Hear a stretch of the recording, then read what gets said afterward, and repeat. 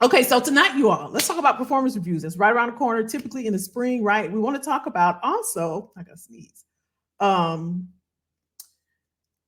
I gotta sneeze. Ranking, what did I say? Stack ranking and what that is. So I'm going to share my screen and then we'll have our dialogue like we normally do, okay? Is it a medical liaison? I don't know. I don't know what it's called. Oh, I didn't know you were in Dallas as well, Clifford. Yeah, we're gonna have to have a whole meetup then. Y'all come to Dallas. Y'all come to Dallas. Okay, y'all, let's get into it. And then we'll have our conversation after. Let's talk about these performance reviews and let's see what we think about it. Let's see what we think about it. Okay, I'm going to share my screen. Let me make sure y'all can see. I feel like I'm missing something. I know what it is. Okay, IG, y'all come on over. Let me know when you get here because my phone is in the way.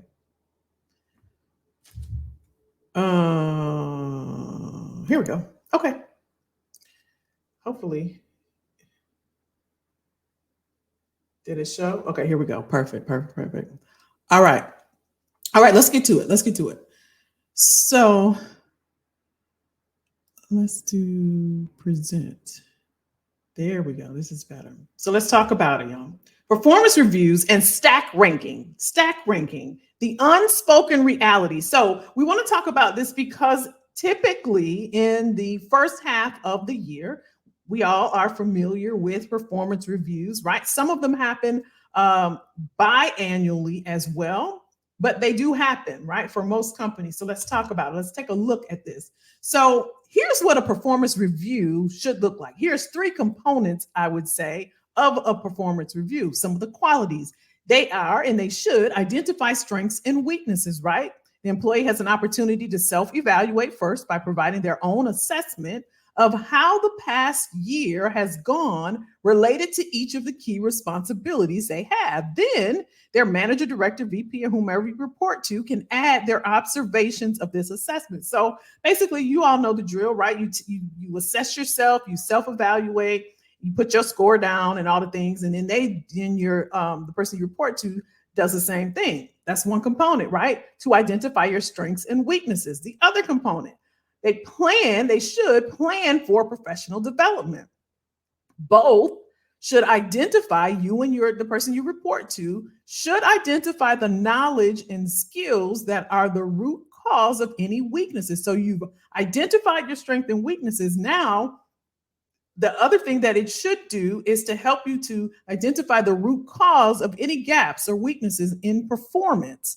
From there, a plan should be created for how to address those weaknesses or gaps. And then you close the loop, ensuring that there is accountability for the issues identified. So that could look like a lot of different things, right?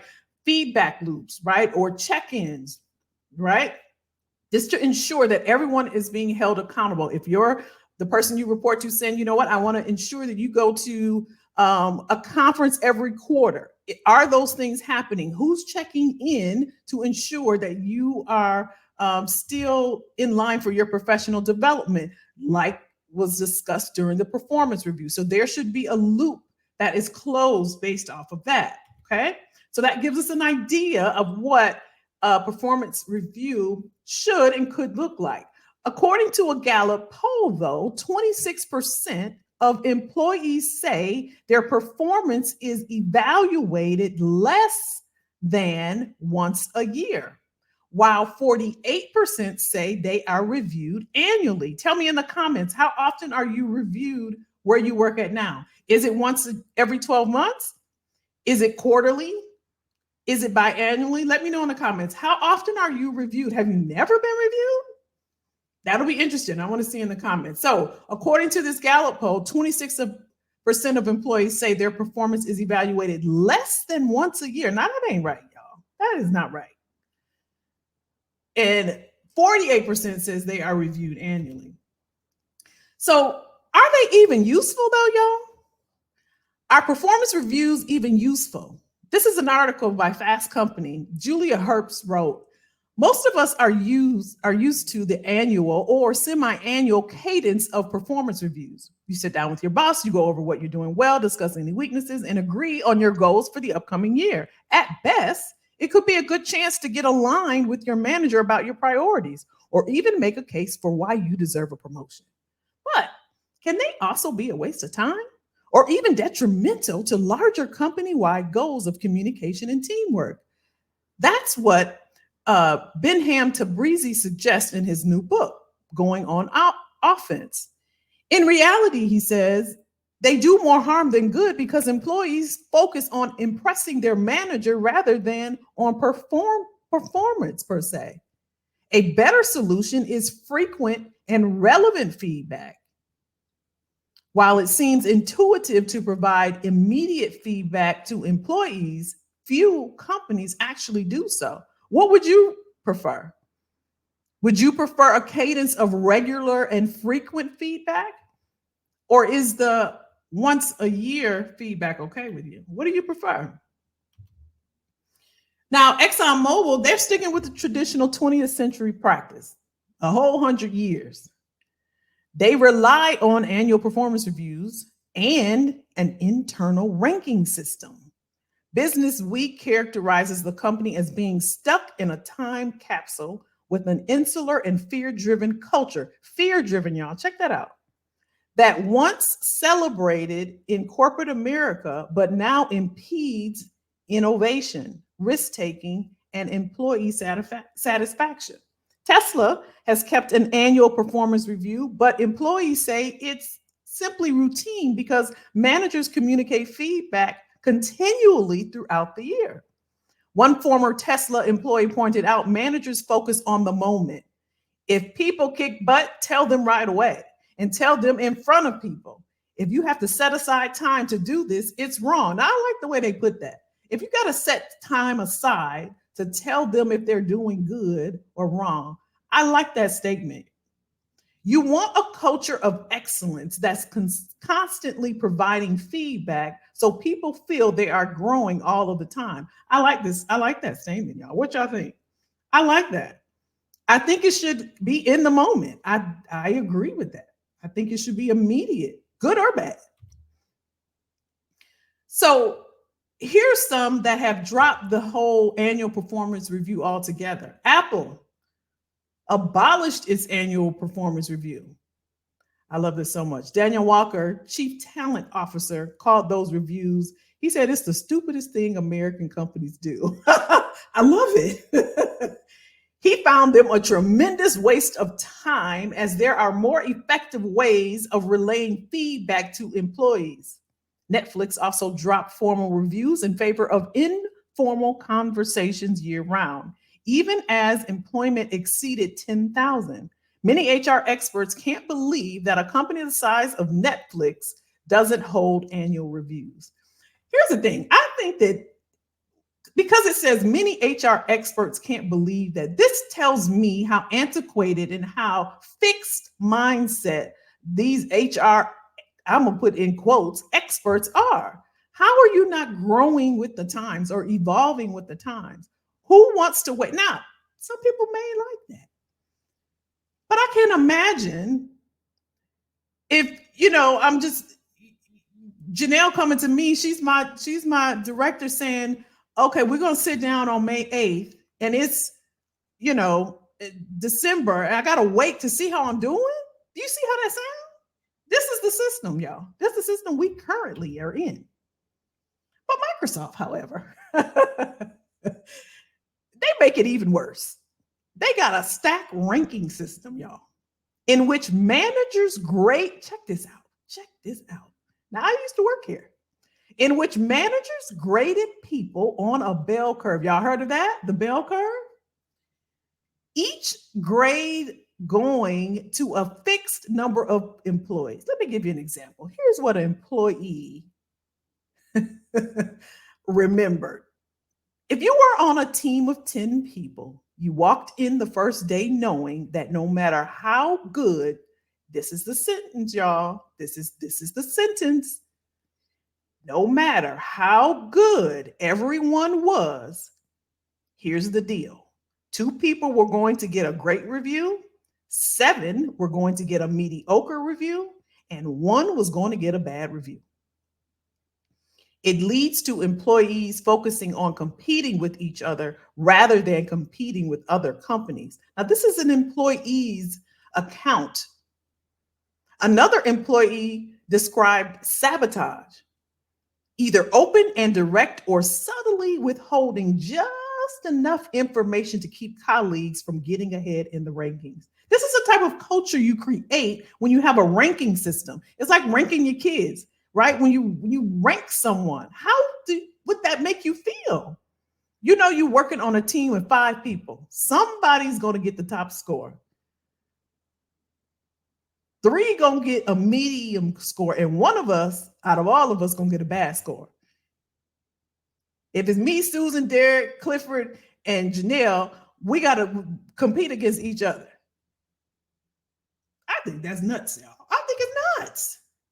Let's take a look at the stack rankings. Now, here's what they call it: force ranking, bell curve ranking, or rank and yank, y'all. It's called the rank and yank. Now, a lot of the companies that I worked in, there was a bell curve, but they did a lot of rank and yank as well. So what is it? Stack ranking is a performance management method where employees within a company are evaluated and ranked against each other. In this system, employees are categorized into different tiers or percentages based on their performance, often used as a predetermined distribution curve, such as the bell curve. Traditionally, stack rankings involve dividing employees into groups, typically labeled, y'all, as top performers. Y'all know we talk about this. Labeled as top performers, your average performers, and your low performers. Based on, what is it based on, y'all? Their achievements, their contributions, or a set criteria. This method often requires managers to rank a certain percentage of employees as top performers, a larger percentage, y'all,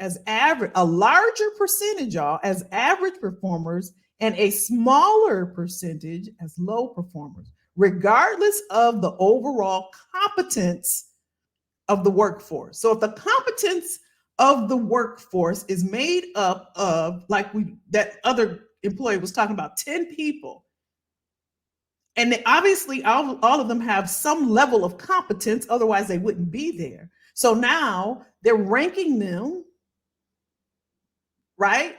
One higher than the other. One is just average. One is lower than the other. How do you think that's going to make people feel? Stack ranking can create a competitive environment among employees, as it may lead to limited opportunities for promotions, bonuses, or job security for those categorized in lower tiers. This system has faced criticism for fostering internal competition, discouraging collaboration, and sometimes creating a tense work atmosphere. I guess so. So a lot of companies have used or have been using stack ranking to simply award the ones that are boosting the company and to let the average employees go. 30% of the Fortune 500 companies are said to be using this system for performance evaluation. Now, whether you know or not, whether you know how they rank or not, this is the thought. Whether it's stack ranking or not, or just performance reviews, simply awarding the ones that are boosting the company and to let the average, not the low, but the average employee go. The advantages to a company of stack ranking is the differentiation of performance. It helps in differentiating between high and low performers, allowing organizations to identify top talent and underperformers. Clear expectations. It sets clear performance expectations by establishing standards that employees should meet or exceed to be considered high performers. Y'all have seen it on the performance reviews, right? Meets expectations, exceeds expectations, right? Employee motivation. It can incentivize employees to strive for excellence and improve their performance to move into higher ranked categories. And it's also an advantage to identify high performers. Y'all know we talk about high potential, right? We did a whole session on that. It assists in recognizing top performers, which may be useful for awarding bonuses, promotions, or special recognition. So let's look at the disadvantages.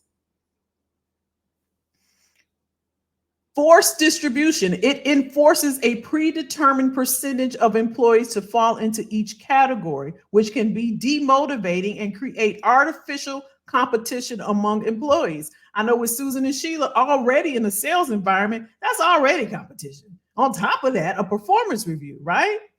And just for all of us, right, going into a performance review and we have to compete against our coworker, our colleagues, our peers. Right, that environment, that culture, it creates an environment that's pretty toxic. You don't know who real and who not. Negative work environment, like we just said, it may foster competitive and cutthroat work culture as employees may focus on outperforming peers rather than collaborating for overall organizational success. Collaboration should be the key. Potential for bias. The system may introduce biases as managers may manipulate rankings to favor certain individuals or teams, leading to unfair outcomes. Now, how many of us have seen that happen? Because I have for sure. If a manager like a certain person, oh, I've seen that all day long, knowing doggone well that I outperformed this person, did all the things above and beyond, come in, stay late, all the projects, all the things, but yet this person? Okay. Impact on employee morale. Sorry, y'all can't see this, but it says being ranked in the lower tiers can demoralize employees and reduce engagement and productivity, leading to attrition and dissatisfaction. I don't even like the name ranking for people. That just seems inhumane to me. So here's some companies that have used stack rankings. Now, I know for all of these companies, this has changed, but these are companies that have used it, okay? Uber managers rank their employees twice a year on a scale from 1 to 5. Check that out. While grade 1 is showing the employees with the lowest performance, 5 is for the highest performers. Employees who are considered underperformers with the grades 1 or 2 are placed on performance improvement plans to get back on track. Imagine you and your coworkers and y'all was like, well, what grade you get? That's like kids, y'all. I got a 2. Derek got a 5. And I know darn well Derek ain't work like me, right? Facebook is one of the companies that still uses the stack ranking for employee evaluation. However, the company states that it does not use stack ranking in the traditional sense. The main aim is to see the high performers within the company. So the aim of Facebook, and again, I know all of these companies have updated their performance review, right? But the main aim is they want to pull out high performers. Do y'all see this as a theme? Why would you want to rank employees? Do you see the theme? Amazon, in addition to stack ranking, Amazon also introduced a continuous feedback mechanism through Anytime Feedback Tool, which is a platform that provides the employees the opportunity to critique their coworkers. Ain't that a trip? Now, if Loretta don't like me and she critiquing me and we coworkers, what they gonna do with the information? What they gonna do with the information from her? All my employees, all my peers, all my coworkers, they're critiquing me. Oh, she come in late, or she never helps out, or whatever. I just think that's a trip, y'all. That's it. I want to keep going. So we talked about performance review. We talked about stack ranking. Let me see what y'all saying. Let me see, because I know y'all think this is a trip too, because y'all like me. What we think? Janelle said, I've seen that way too many times. I think it's dumb too, Susie Q. I think it's dumb. I think it doesn't make any sense. Why would you rank? It's like, I don't know. It doesn't make any sense. It doesn't make any sense. But here's the thing. Did you see the theme in this though, y'all?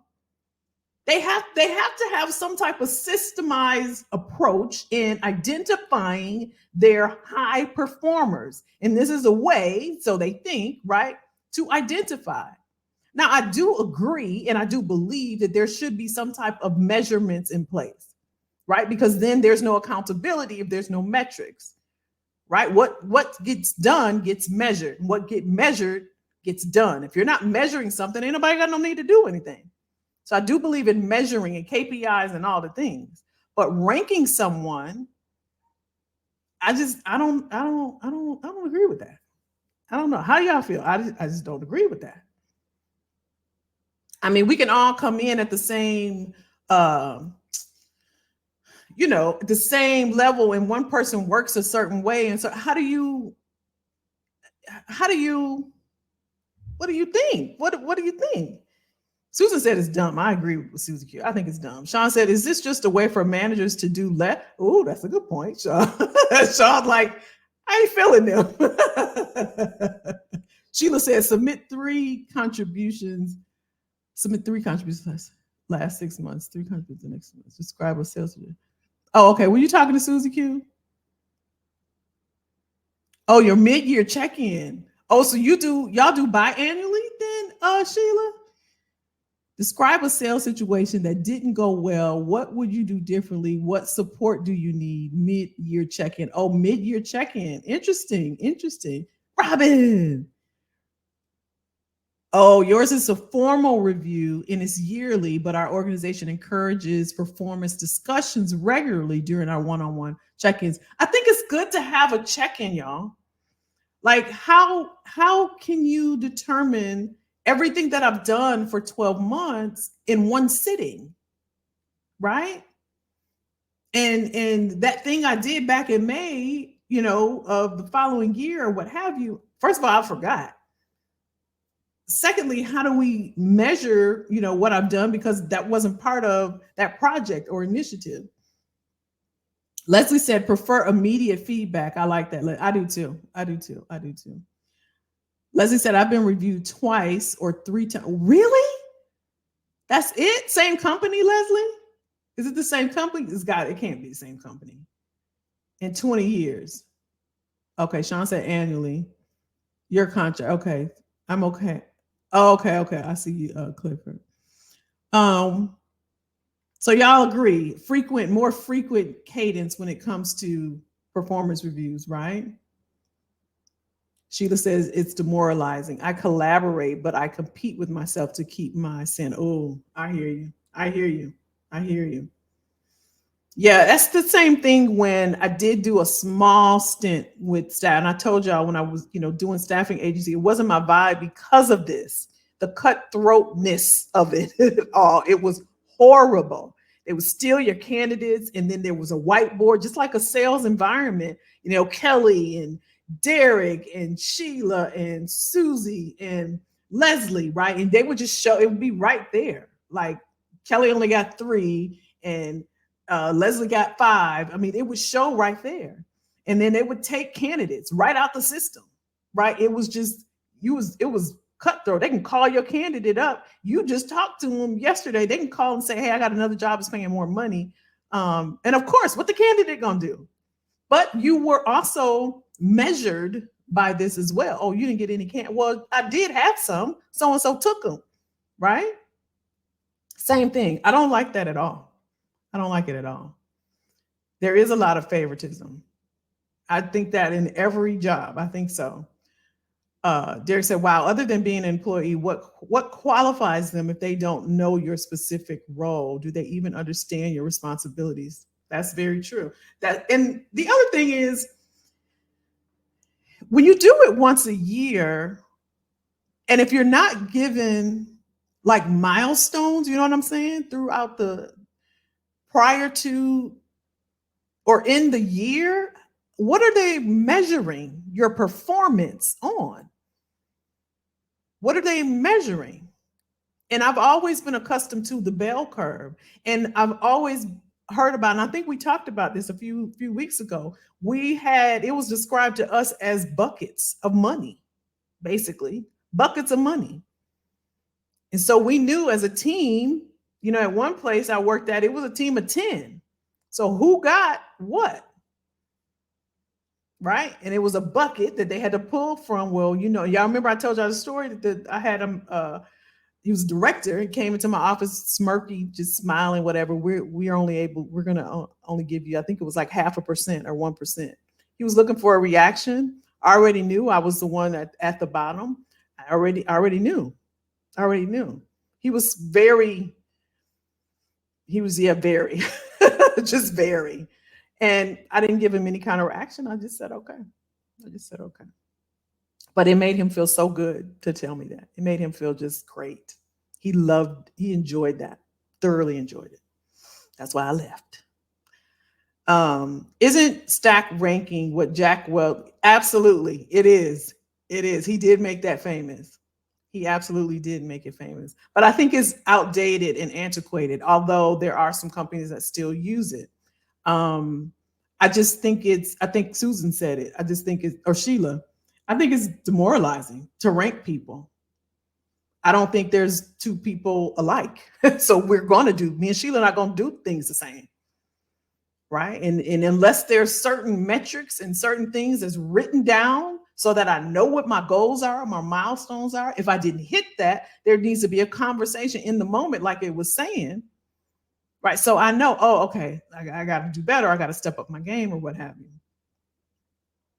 Oh, Sheila said, oh, your performance review. Okay. Okay. Derek said frequency of evaluations is much better. Absolutely. They have no issue to call you for an error, but want a year to hear any positive feedback. I think it's ridiculous as well. And I wanted to share that because I knew that it's coming up, it's coming around the corner for most, right? And if it is on an annual basis, remember, didn't we talk about this last week or the week before? And I said, do it now. Go ahead and do it right now while it's quiet. I think last week, right? Do it now while it's quiet. You schedule it. We don't have to wait on them, even if they don't see it coming. Even if they don't see it coming. Listen, I wanted to remind you about so and so. What happened? I just thought about this, and here's the outcomes of this project initiative, or the thing that I did, or this process, or this procedure. It's going really well. We put this into place. We automated some things. We were using an AI tool right now. I didn't know if you were aware, but I implemented this AI tool, and it's really, really alleviating a lot of the hiccups that we had in the past, or it has cut down on the time that so and so and so and so. Let them know. Let them know, right? If you take the initiative, when that time comes, if it's not on there, if it's not talked about, if you're still feel like you're just giving a money from that bucket, like I said, you'll know where you stand, and you'll know that your value, your worth shouldn't be predicated on just a bucket of money and divvied up based off of who they like or something else. Here's the value you've brought to the company. I've made the company money. I've cut down a process. I've automated some things. I'm now using artificial intelligence. Was this considered in the performance review? Because we talked about it in December, right? These are some of the things that I've brought to the organization. And I know it's helped us since we've streamlined this process or this procedure. It's really cut down on our time, and we're able to get more done. We're able to be more productive during this time frame. Right? I just wanted to share that with you, right? Hey, Stace. Yeah, it's not fair. And we all work differently. That's very true. That's very true. So I encourage you, if that's something that that's coming up, and if it's something that we could be accustomed to things happening as normal, but if we don't do anything, we don't take the initiative to put our career in our own hands, it's going to just keep being the same. And it's just a conversation. You're not asking for anything. You're just making them aware. You're bringing it to their attention, right? Just wanted to put this in front of you and let you know. I don't know if you remember back in June when we were working on so-and-so. Here's what happened. I just wanted to give you a heads up on this, or put it in an email, if you're more comfortable. But I feel I feel better looking someone in the face and looking them in the eye and having the data points ready and letting them know what y'all think. And then, like I said, you'll know where you stand and what type of percentages are y'all getting for your performance review? Because if you go in there and you know that it's, already allocated 2% or 3%, and you know that you've brought a lot to the table, a lot of value to the organization, to the department, to your leadership, it's something to think about, especially if it's something and you're looking at your own professional growth. This is about taking it in your own hands. One of the reasons why I brought it up, and I just wanted to share, the short presentation, because we don't think like that. And it is different and it's out of the box. It's not what we're accustomed to. We wait on that. We know it's coming every year, but we wait on that. And some of us even, do the numbers in our head for 2%, 3%, 1.5%. And all of us are worth way more than that. Way more than that. Imagine getting a 10% increase by going somewhere where they value what you bring to the table. But you got to know what your worth is. You got to know what your value is, right? This is what we talk about. They absolutely forget very quickly. And we there to remind them, it's your life, it's your career, it's your performance. Performance review is what it's called. It's your performance that both of you should be reviewing. And often we feel like it's when we go in to get feedback. It's not an overall review and an assessment. They know you're going to put something. And we've been taught to, don't put everything that you did good. Put a little that you did a little bad here. Like we were get coached on how to fill out the performance review. I am not kidding you. It's coming back to my memory now. I can see one of the managers that I had, they would tell us, like, you don't put everything. Well, what if I exceeded on everything? Like, seriously. Everybody don't do everything well. I ain't everybody, Just say it. What's some of the numbers, y'all? What's some of the numbers? 2.5% is the standard. What are some of the numbers that you're thinking in terms of performance review? Now, there's been some 4 and 5%. I don't know if that's the norm. That's great. But this is where your value comes into play. This is why you do this early on, right? You do this early on. So when that conversation comes around for the next year, and then you can ask the question, well, how was this determined? Right? How was this determined? What you think? Who's ready for the 4%, 5%? Now, what if we were to look at getting the 10% or 15% or 20%? That's a whole shift, right? That's a whole transition. Some of us deserve that, but we got to make that happen. And the first thing to do is to know the value that you bring. Not even to the organization, but just in general, knowing what it is when it comes to your skills and your experience and your knowledge, knowing what you're worth, how to articulate it, how to capture it, and how to create it where you are. This will determine, right, your performance, how you perform and what you get in terms of compensation. What we think about that? What do we think, y'all? Let me see if I missed anything. I want to make sure that we're thinking about, as we round the corner, right, to 2024, and we're thinking about all the things that we want and we desire and we deserve, that we cannot continue to put our livelihoods in other people's hands. Because when it comes to performance review, we're literally waiting for someone to give us what they think that we're worth. And I want us all to think about, we know what we're worth. But we can't just think about it. We have to execute. We have to act on it, right? And we have to be mindful of it. Otherwise, it'll be another year of the same thing, and then another year of the same thing, and another year of the same thing. And just because you don't know how to do a thing, it doesn't mean that you shouldn't do it. Well, I'm not sure about talking to my leadership team, or I'm not sure how to capture my value. Think about everything that you've done throughout this year. Go back and think about the things. It could be small, it could be a minute thing, but it made a huge shift in the department, or it helped your leadership team with something. And sometimes we're too close to it. I talked to somebody yesterday, maybe it was last week, and they said, I think I've just been too close to it. I didn't see all of this. And it's easy for somebody on the outside to see all the value that you bring in because you're too close. You do it every day and it's routine. And y'all know we talk about this all the time. But I'm like, oh my gosh, you have all of this to offer. You can go in all these different directions. Have you spoken to your director about this? I haven't had a conversation because we've been so busy. Well, that's the expectation, for you to stay busy, but you have to take a moment. You have to prioritize yourself. It's the same thing when people say, well, I'm too busy to work on this right now. I can't do this right now. Okay. You're just going to be in the same spot because you have to prioritize it, because I promise you the company is prioritizing them.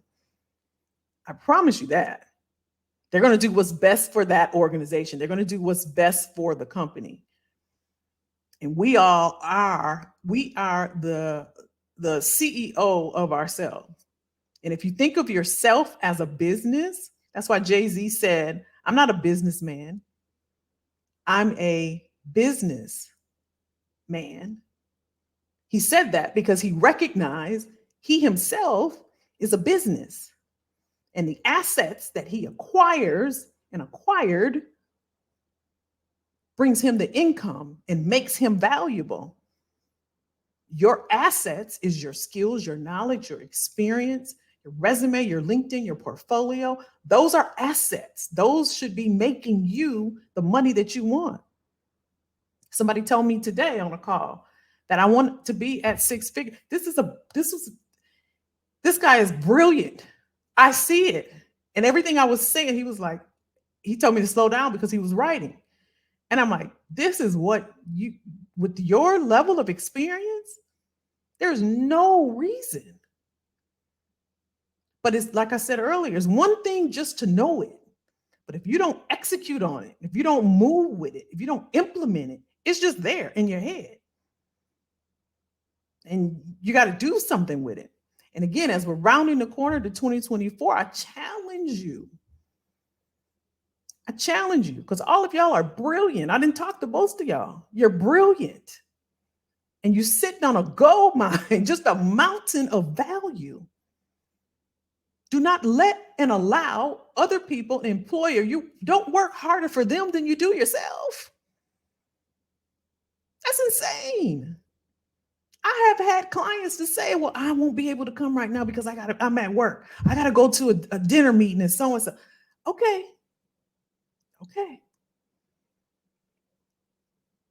Don't work harder for them than you do yourself. Don't invest and perform for them, and you're not even performing for yourself. Develop you. Be the CEO of you. You're a business man or woman. You're a business. You have assets. Those assets should be getting you an ROI every year. There should be a percentage, just like your stock and your 401k. Just like your savings account and your mutual account, all the accounts you got in your CDs. You expect an ROI. All those years of experience that you have, all those skills that you have, you should be getting an ROI every single year, every single month, every single day for what you know, what you do. Every day.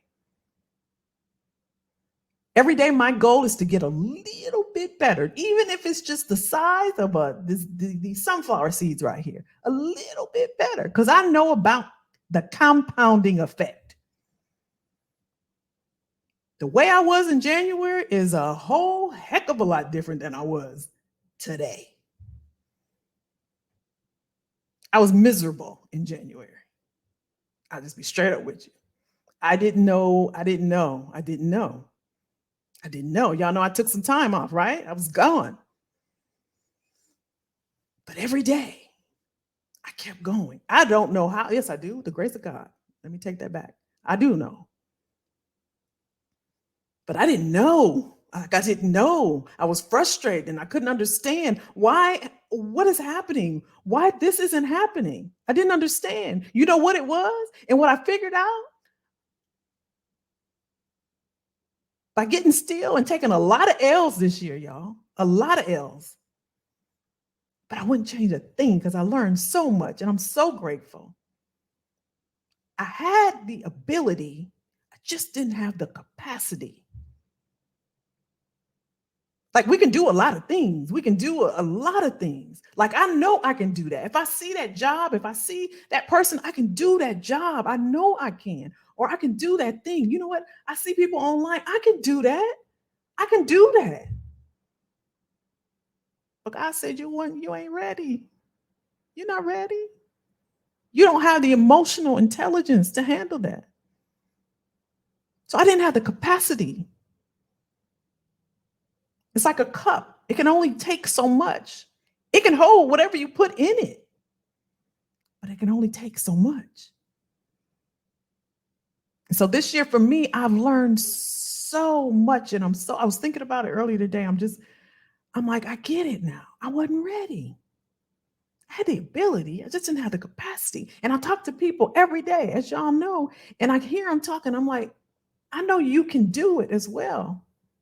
But if you don't have the confidence, we can put you in that position and you'll be looking for a position in 30 days because they're going to put you out. Don't set yourself up for failure. It's a lot you can do. I know you can do it. You know you can do it. But do you have the capacity? Are you willing to invest in your professional development to get the skills that you need, to get the emotional intelligence you need to handle the position that you want? You got to be straight up with yourself. You got to be true to yourself. Don't lie to yourself. Oh, I know I can do it. I know I can do it. You can have all the confidence in the world, but if they put you in a position, what's going to happen? I talked to another lady and she wants to go into a director level position. I think I told y'all this. She's never led people before. She's never been a people leader. She talked about this other person on the job and she does this and she does this and I wouldn't handle it like that. And I would do less than her. I saw the challenge with her just in talking to her. And I see why she hasn't grown. I see it. So don't fool yourself. Be straight up with yourself. Take a moment.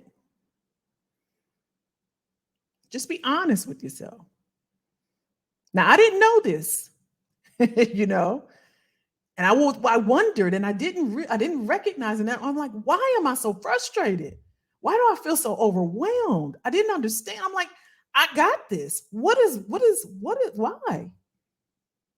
Day by day by day. Wasn't easy. I'm not going to lie to you. But I kept going because of this thing in my head and it's a vision. And if I could tell you anything, regardless of your condition, your circumstances and what you see and what's in the bank account and your family and your boss and the coworkers and everything around you, tap in right here. Everything that you see and you visualize and you know it belongs to you and you know for a fact, I can see it. That should keep you going. That's how I got here today. That's how I got here today. That's how I was able to come back online in June. Because I know what he gave me. I can see it clear as day. But I wasn't ready. I didn't believe in me. I didn't believe in me. I knew I could do it. I knew the things that I want to do. I'm like, I know I can. I know I can. That's why I love God so much because he's not going to put more on you than you can bear. I wasn't ready. I don't know if that helps someone. Just thought I'd share that. Just thought I'd share that. What y'all saying? Stacy said, and they also say you cannot get exceeds expectation because they say there must be room for growth. They do. You're right. Those are the exact words, Stace. That's the exact words. That's the exact word, Stacy. There must be room for growth. You're right. Sheila said they generally let you know that they have a bucket and that forced ranking spreads the 3 to 5% accordingly. That's it, Sheila. That's that word, y'all. It was in the presentation, the forced ranking. That's it. Derek said I've gotten a standard 2 or 3% in a lot. My last job I earned an 8. Wow, that's amazing, Derek. I earned an 18% increase due to skill set, work performance, and continue. That's unheard of. That's amazing. That's great. Yeah, that is. Sheila said that's great. Yeah, that is amazing. Wow. And just like he said, y'all, he said it's because of performance and continual improvements and skill set. And that's the truth. Remember, like I was just talking about your assets, right? And we chuckle at what Jay-Z said, but it's the truth. He built these assets to be a billionaire. It's assets, y'all. You think about acquiring assets. Your assets is your resume. Your assets is your because it captures your value in a document format. Your LinkedIn, that's a huge asset because you got eyeballs all over the globe of 90 million. I think it's 1 billion people. 1 billion can see it for free. That's an asset right there. And now it's on you to leverage your assets. Leverage what you know, your, like Derek was saying, your skill sets, your experience. Leverage that knowledge. Leverage the things that you've acquired through the years. It pains me to see people that have the skill, but they're not leveraging it to the highest possible opportunity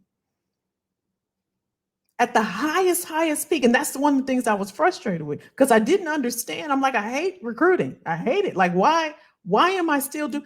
But I wasn't leveraging the skills that I've acquired over 30 years to its highest potential because I didn't know. But that's not no excuse to go find out the answer just because, well, I don't know. You go find and search the answer. That's why I pay people to say, okay, so what do I do with this? Oh, I didn't know. I had no idea I could do this with that. I didn't know. Then your options were open up, right? There's avenues that open up for you because now you go for and you use your knowledge to its highest potential. And we're the only species on Earth that settle and are okay with being mediocre. The only living thing on Earth that's okay with being average. You can't tell a tree to stop growing. You know how tall a tree is going to get? To its highest potential. It's a living, breathing thing. But we're the only thing. You know why? Because we got options. We got free will to do what we want to do. A tree don't. It's just got to grow to its highest level. But we just decide, I'll just continue on like this. I don't want to go as high as I can go.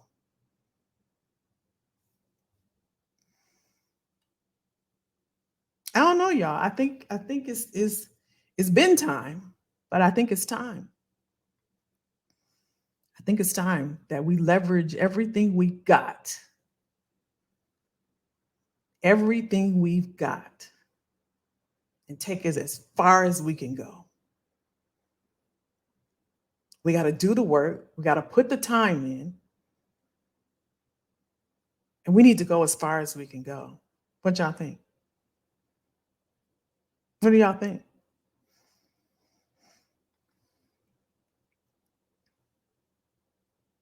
Okay, Sean said that's it. How I feel. I have ability, but my bandwidth is so low right now, and I don't know I can stay in this. Yeah, it'll get like that. I was there, and I don't mind sharing. I was mental capacity, like I was there, but because of that vision in my head, I'm like, I can do this, I'm not gonna lie, I wouldn't tell y'all that it was easy. But I'm just so thankful. And I was thinking about it last week and I'm like, wow, it's been a whole year.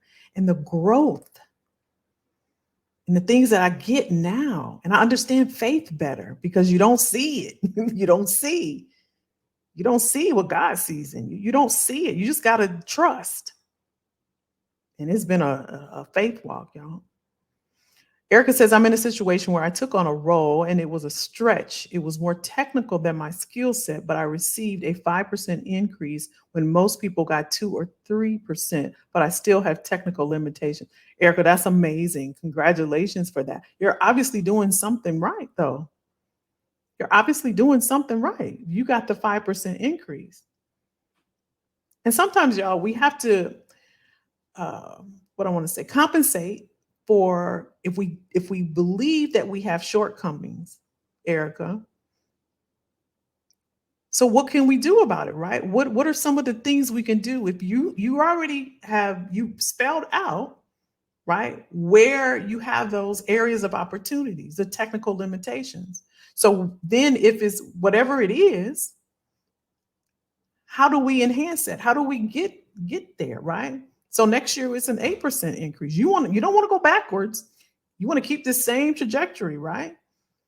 So identifying the technical limitations, and it could be a conversation with the person you report to, or if you already identified what the limitations are, that's something I would put down as a goal. Let me go ahead and take care of this so that, first quarter, I can knock these limitations out. If I need to learn this, if I need to get this type of mentoring, if I need to get this type of certificate, if I need to get this type of upskilling, let me go ahead and take care of this now. Because obviously I'm doing something right. And I know you're a high performer. Yeah, and make sure, right, to check with yourself internally. Because sometimes for us, it could be a confidence thing. And you got this. You're already doing it. You're already doing it. Go ahead and knock that other stuff out. Knock it out. What do you do when a company limits you to reach that potential? Again, we can only control, Susie Q, those things we can control. We can control the controllables. Nothing can stop you, Susie Q. Nothing and no one. Nothing or no one. If it's something you want and you prioritize it and you want it bad enough, if they're not giving you what you want, then you go somewhere else. Sometimes it's a conversation because honestly, you all, a lot of times the people that we report to, they may not have an idea.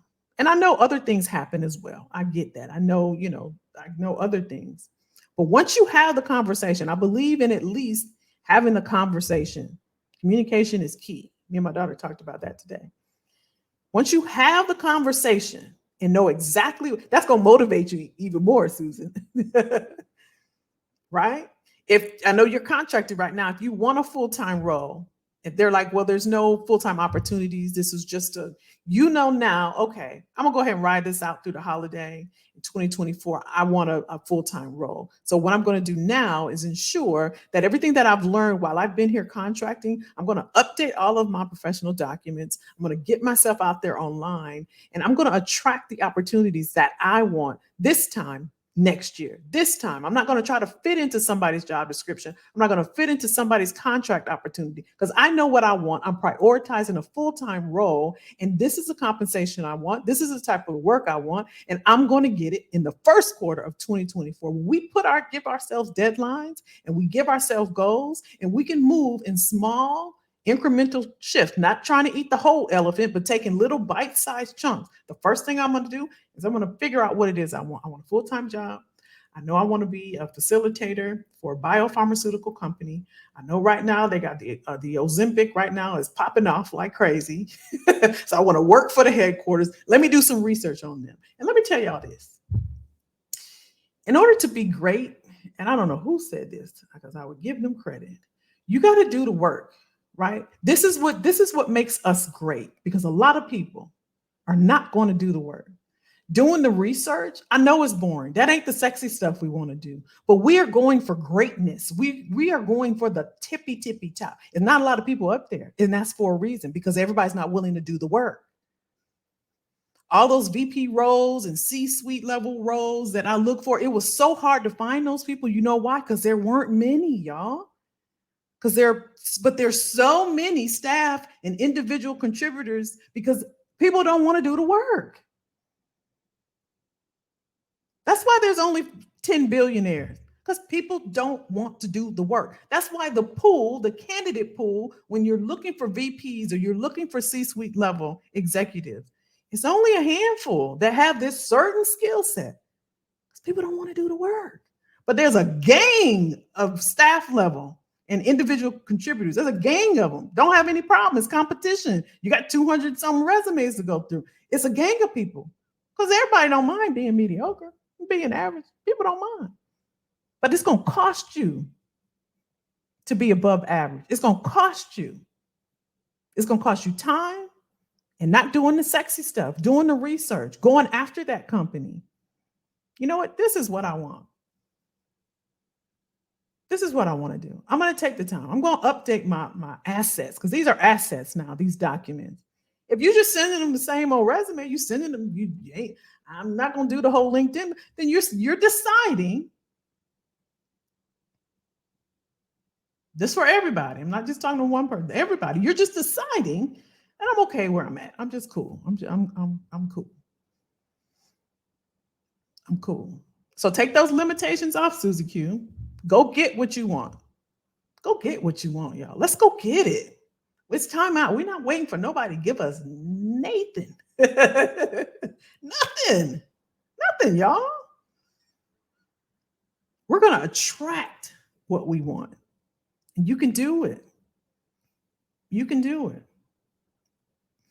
Sheila said it's time. There we go. There you go. There you go. Agree. Some is self-confidence and lack of direction and plan to develop me. I'm left to figure it out on my own. Thanks for the advice to keep going and don't go backwards. That's my fear. You got this, Erica.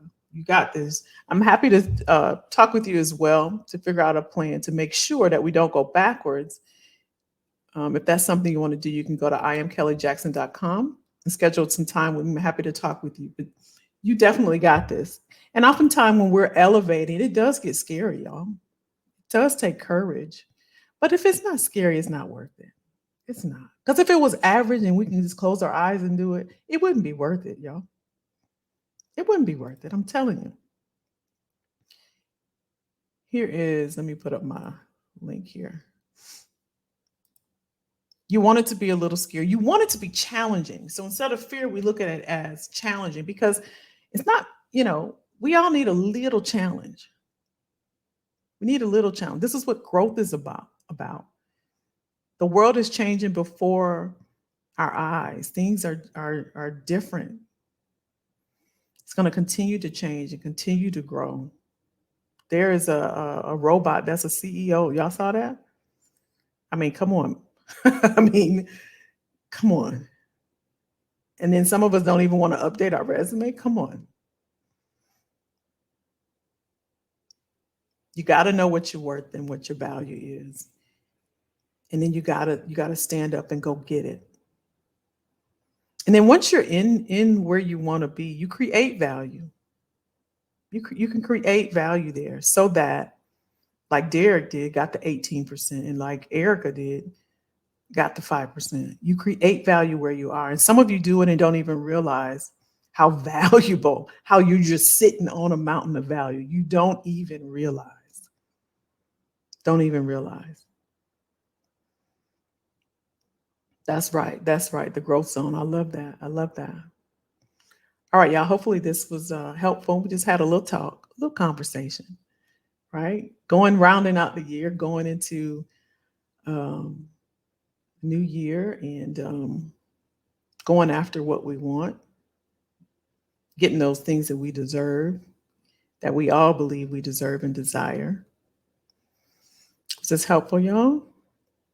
Just a conversation.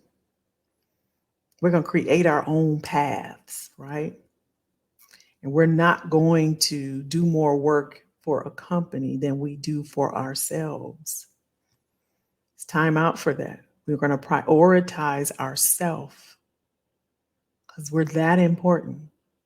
We're that important. We're going to take care of our health because without health, there's no wealth, y'all. I'm getting older. I realize that now. It just ain't happening. It's just not happening now. I got to stop the sugar and all the things, y'all. Oh, good. I'm glad it was helpful. Glad it was helpful. All right. Love y'all lots. And I'll knock out this whole December. And we're going to do some planning and goal setting, right? Jay Rich said, you ain't never lied, right? I know, y'all. We got to do our vision party. I know I say that and we don't do it. I know. But I know we need it. Hey, Loretta, you're welcome. You're welcome. All right, y'all. Be safe this week. Make it a great week.